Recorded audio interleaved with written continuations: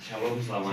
Shalom. Ya, Ya, selamat pagi Bapak. selamat pagi. Ya, saya dengan Sandy, saya Ya. dari mahasiswa Institut Injil Ya. Indonesia. Kami ada satu tim itu kami ada 6 orang. Kami diutus dari Institut Injil Indonesia pelayanan antara semester Ya. di Sorong. Kami kurang lebih pelayanan di Sorong sekitar 1 bulan lebih dan ada banyak pelayanan yang kami kerjakan. Salah satu kami kemarin sempat buat panggung boneka di tempat pelayanannya Bapak di Gereja Gekari. Ya, sebelum kita masuk ke beberapa pertanyaan, mungkin Bapak bisa perkenalkan diri dulu supaya I3 dan juga YBPI mungkin bisa tahu perkembangan pelayanannya. Jadi saya Pendeta Daniel Lilin MTH. Saya dari organisasi Gekari, Gereja Kasih Karunia, dan juga sebagai koordinator wilayah atau Korwil Gekari se-Provinsi Papua dan Papua Barat. Waktu Bapak mulai pelayanan memang tidak mudah. Jadi waktu Bapak mulai pelayanan dari nol awal memulai itu tantangannya seperti apa, Bapak? Iya, jadi sebelumnya awalnya saya ada di Ambon. Nah, pelayanan saya justru waktu itu masih pelayanan bersama dengan YPPI waktu itu. Pelayanan mahasiswa, kemudian pelayanan di Tenaga Medis Kristen Indonesia, PT KKI waktu itu. Kemudian tahun 92 masuk ke 93, saya diutus ke Papua, tepatnya di kota Fakfak untuk memulai rintis pelayanan. Dulu kuliahnya di STII, ya, STII. Nah, dan kemudian tahun 93 saya ke Fakfak untuk memulai pelayanan gereja. Dan kita mulai pelayanan gereja, ya namanya pelayanan ya pasti ada suka dukanya. Mulai pelayanan saya di Fakfak itu buka pelayanan pas tanggal 3 Oktober 1993. Tahun 93 mulai buka pelayanan dengan 3 orang anggota jemaat. 2 orang dewasa, suami istri, dan kemudian anak mereka. Jadi kita mulainya dari situ. Ya. Nah, lalu kemudian pelayanan itu dia berjalan terus, ya namanya tantangan dalam pelayanan itu sudah pasti. Jadi kita sudah terbiasa pelayanan di daerah-daerah maju, kota-kota besar dengan mau dibilang ya dari finansial juga sudah lumayan mapan lah. Tapi kemudian mengambil keputusan untuk mengikuti visi Tuhan dalam diri saya untuk harus pelayanan ke Fakfak. Dan memulai dengan 2 orang itu membutuhkan pengorbanan yang tidak sedikit. Belum lagi kan organisasi gereja kita ini belum ada di Papua. Nah, ini juga memiliki tantangan juga. Tantangan baik internal dari pelayanan, juga dari luar, tantangannya juga seperti itu. Kami juga sampai-sampai kalau tantangan internal, ya memang harga yang kita bayar, kadang kita satu minggu juga kita tidak ada makanan.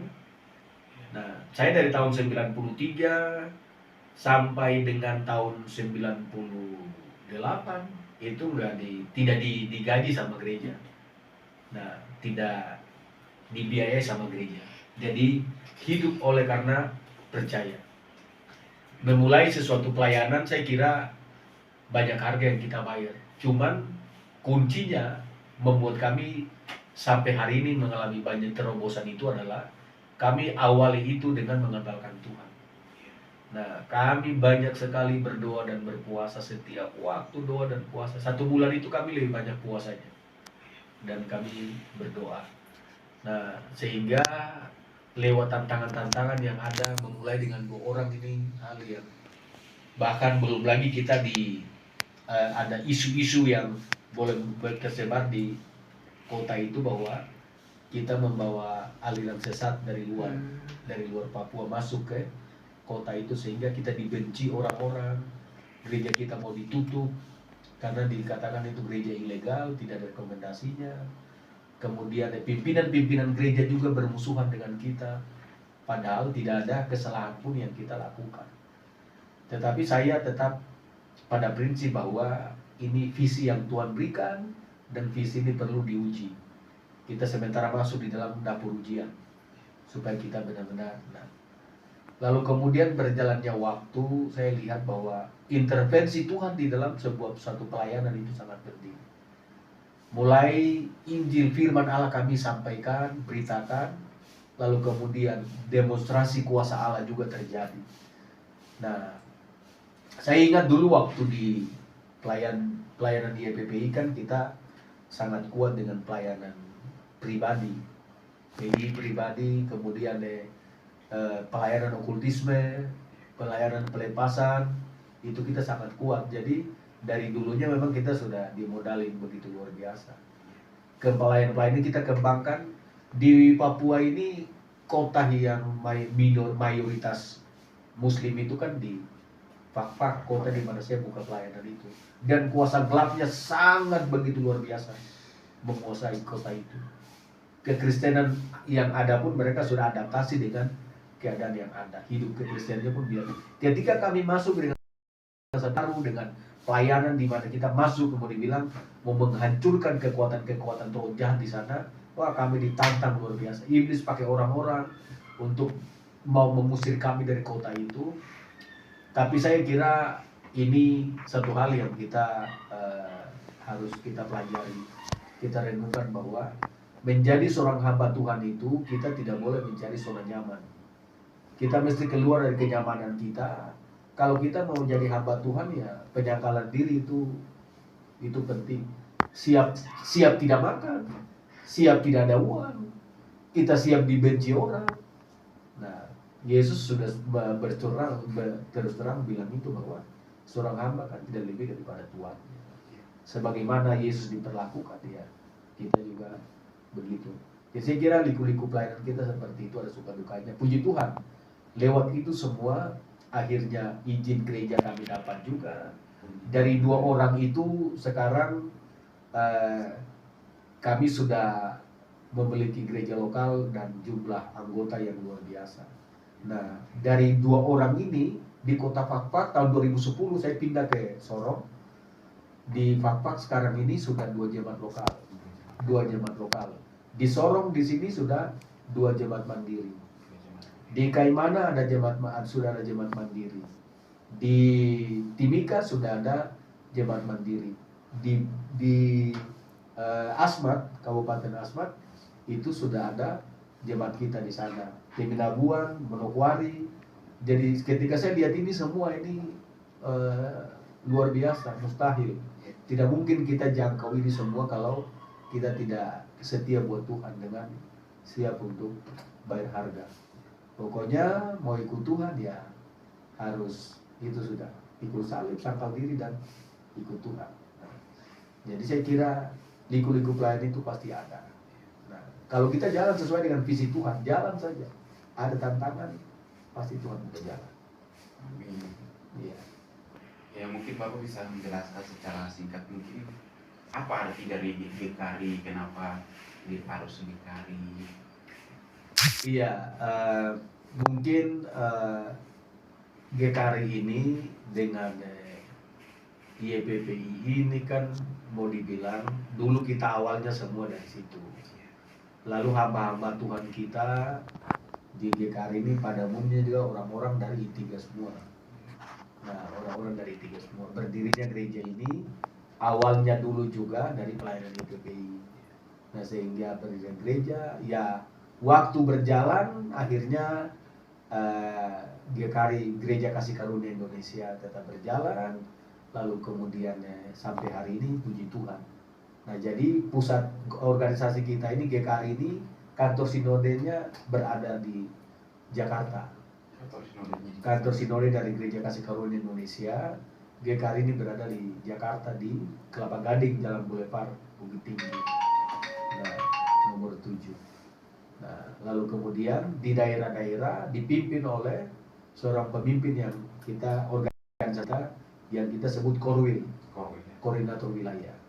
Nah, kalau saya Korwil untuk wilayah Provinsi Papua dan Papua Barat. Nah, kalau di organisasi gereja lain dibilang ketua daerah, iya.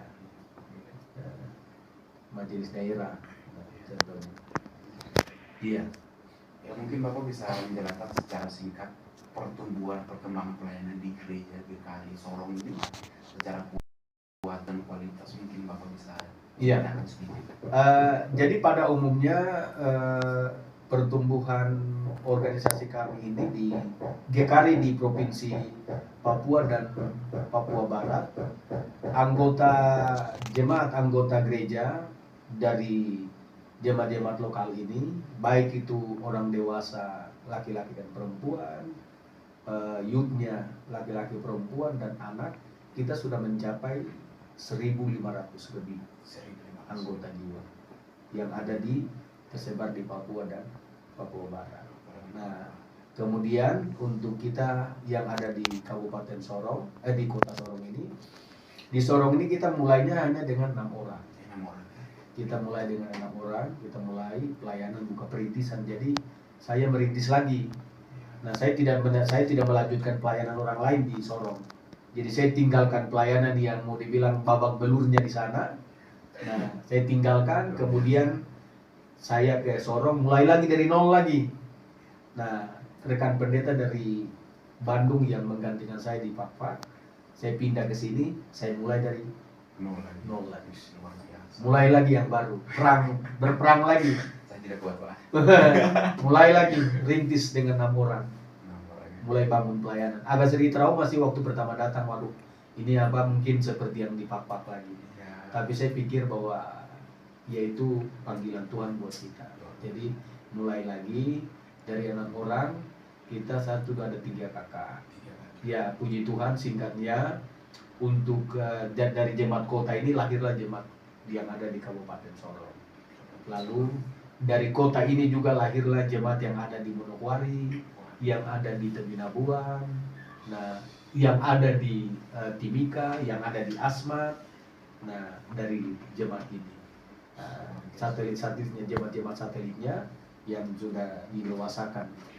Nah, kita dari 3 kakak itu perkembangan kuantitasnya sampai hari ini, jumlah anggota jemaat di gereja kita di GKRI Jemaat Lembah Pujian Kota Sorong ini, kita sekarang ada di 75 kakak. 75 kakak. Jumlah anggota jemaat kita yang ada sudah mencapai 400 anggota jemaat. Nah, jadi kalau orang ibadah semua ini, makanya kalau hari Minggu, apalagi minggu awal ini, mobil-mobil sini padat semua, ini motor apa semua, orang banyak.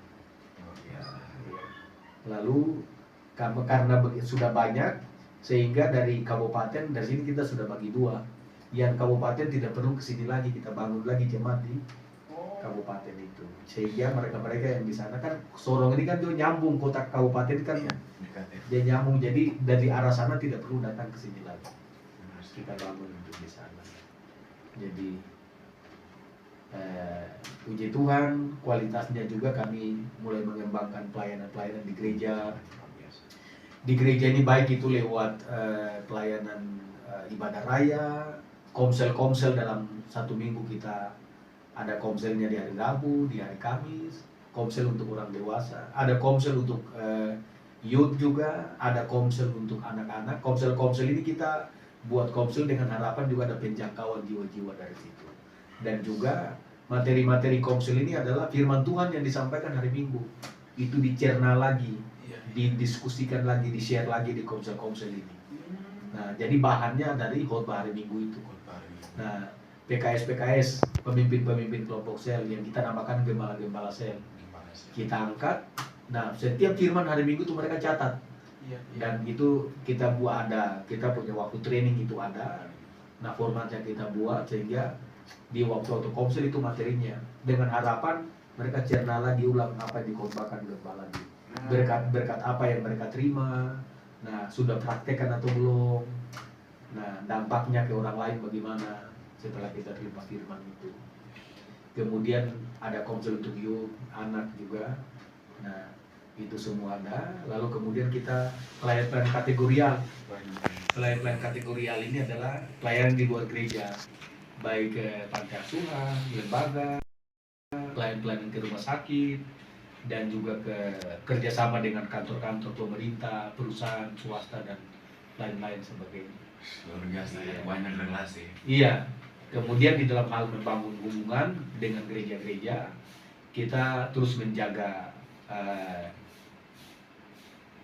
hubungan kerja, baik dengan gereja, organisasi gereja, baik dengan pemerintah, bahkan juga antar umat beragama. Terus kita jalin hubungan. Benar sekali. Bapak kemarin kan kami buat panggung boneka. Iya. Mungkin Bapak bisa menjelaskan secara singkat perkembangan pertumbuhan anak-anak sekolah minggu ini seperti apa, pelayanan kepada mereka itu seperti apa? Iya, jadi khususnya untuk anak-anak sekolah minggu, kalau di gereja kita di GKRI ini kita sebutannya bukan sekolah minggu, Sekolah minggu ya. tapi kita sebutannya gereja anak. Kita sebutannya gereja anak, dan itu sudah dirubah, sudah dituangkan di tata dasar rumah tangga kita. Kenapa kita rubah jadi gereja anak? Jadi juga kemudian tidak lagi pakai istilah sekolah minggu, lalu kemudian kita juga lagi tidak pakai istilah guru sekolah minggu, tapi yang pengajar-pengajar ini kita itu adalah gembala-gembala anak. Gembala anak. Kenapa demikian? Demikian juga untuk youth itu ya, begitu juga. Nah, kenapa? Karena kerinduan kita bahwa orang itu harus beranggapan bahwa ini tidak sekedar sekolah minggu yang mungkin orang tua datang ibadah, anak-anak titip, tapi kenapa kita bilang ibadah anak? Supaya sebagaimana ada gereja orang dewasa, ada gereja anak-anak. Nah, jadi itu makanya disebut gereja anak. Gereja anak.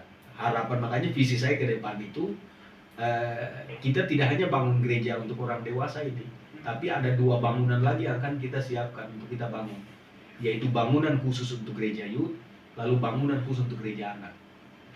Nah, jadi sebagaimana apa, difasilitasi juga, diatur sebagaimana ibadah orang dewasa, demikian juga jadi kelihatan betul-betul Memang mereka ibadah. Mereka ibadah tidak hanya sekedar tempat penitipan untuk ya cerita-cerita firman saja lalu.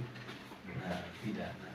Lalu itulah sebabnya ketika teman-teman dari I3 datang untuk praktek, artinya kita mau kerjasama supaya apa, dalam rangka membina anak-anak ini juga. Lalu seringkali jujur bahwa di seluruh Papua ini, seringkali di gereja-gereja kita dihadapkan dengan metode-metode pengajaran yang sudah kaku, lalu kemudian materi-materi pengajaran juga yang kurang di sini. Nah, lalu kemudian mau dibilang kalau kita mengikuti perkembangan zaman sekarang, mereka tidak hanya lagi mau dengar cerita-cerita biasa-biasa yang manual begitu saja. Nah, mereka lebih baik, anak-anak sekarang kan sudah jago, malah pegang handphone lebih jago dari orang tua. Iya toh. Mereka lebih suka lihat video-video anak-anak. Ya toh. Nah, jadi itu ketika mereka kaget kan, kayak panggung boneka itu kan di video-video kan banyak. Mereka buka, mereka nonton, tapi itu kan di media. Tapi ketika mereka lihat pokok itu nyata di gereja itu ada. Nah, di gereja itu ada. Nah, makanya panggung boneka kemarin dari teman-teman tim dari tiga ini datang, anak-anak sangat senang. Nah, bagi mereka itu menarik, kemudian hal yang wow bagi mereka dan juga tidak membosankan. Cara penyajiannya juga sangat menyatu dengan dunia anak. Nah, jadi saya kira ya, luar biasa. Kedepannya memang mungkin kita terus kembangkan kerjasama. Nah, iya toh, organisasi kita boleh organis, kita kan bisa saling bantu untuk pengembangan pelayanan, apalagi anak-anak.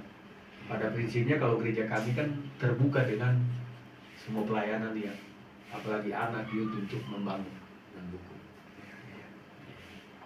Mungkin Bapak ada mau sampaikan kesan-pesan untuk mahasiswa di TIGA supaya mereka semangat dalam perkuliahan Ya. dan juga semangat mempersiapkan diri untuk masuk dalam Ya, pelayanan. khusus bagi teman-teman yang ada di tiga yang lagi kuliah, baik tim 6 orang ya, 6 orang yang nanti akan pulang, dan saya juga pernah jadi mahasiswa teologi. Nah, yang paling penting buat kita adalah kita sudah dipersiapkan, tetapi yang paling penting itu kita mesti punya visi yang jelas. Setelah kuliah ini kan tidak mungkin kuliah 20 tahun. Setelah kita kuliah selesai, dilengkapi di institut. Nah, setelah ini kita mau kemana, itu yang penting. Kita mau kemana itu penting. Visi penting. Lalu kemudian yang kedua, harus memang keluar dari zona nyaman. Harus bayar harga. Jadi kalau Tuhan perintahkan teman-teman harus ke Papua, teman-teman harus ke daerah lain yang memang kita tidak suka ke situ. Justru jangan lupa, tempat di mana kita tidak suka, Tuhan seringkali justru taruh kita di situ. Jadi memang kita mesti bayar harga, yang mulai dari visi yang jelas, kita mesti bayar harga, lalu kemudian harus tetap semangat, lebih dari itu, andalkan Tuhan. Andalkan Tuhan. Saya kira bahwa seorang mahasiswa teologi, setelah itu kita jadi hamba Tuhan. Jangan kita terjebak dengan keadaan nanti sudah mau bawa firman, baru siapkan firman, baru berdoa. Yang paling penting itu hubungan dengan Tuhan, itu nomor satu buat kita. Lalu membangun hubungan dengan orang lain itu sangat penting. Dan yang paling terakhir dari saya adalah kita harus menjaga integritas diri kita. Paling penting, kesaksian hidup kita. Itulah yang ditekankan Paulus kepada anak didiknya Timotius. Nah, kita mesti menjadi teladan di dalam masa muda kita, karena apa yang kita sampaikan itu harus kita hidupi duluan. Kita hidupi dulu baru kita sampaikan itu hidup. Tapi kalau kita cuma sampaikan, kita tidak hidupi, artinya kesaksian hidup dalam pelayanan itu sangat penting. Beda. Nah, dosen misiologi, mungkin dia doktor, dia dosennya misiologi bicara tentang misi, tapi dia belum pernah punya pengalaman turun ke ladang misi. Nah, jadi cuma transfer ilmu saja. Beda dengan seorang gembala yang bukan kuliah misiologi, tetapi dia punya pengalaman dalam pelayanan luar biasa, menjangkau jiwa-jiwa. Jadi teman-teman, tetap semangat, puji Tuhan. Tuhan panggil kita menjadi hamba Tuhan. Jadi itu saja mungkin dari saya, dari pengalaman-pengalaman yang ada. Jangan pernah takut dengan tantangan. Nah, lalu yang paling penting adalah harus tetap positive thinking. Ya, tidak mudah. Saya kaget karena ternyata di kuliah itu beda dengan di lapangan. Semua ilmu yang saya dapat di kuliah itu mendukung saya, di teologi mendukung saya. Tetapi ketika kita ada di lapangan, itu langit bumi bedanya. Kita mesti menerima orang apa adanya, hidup apa adanya. Kadang juga tidak punya uang, kadang juga kita dicuekin orang.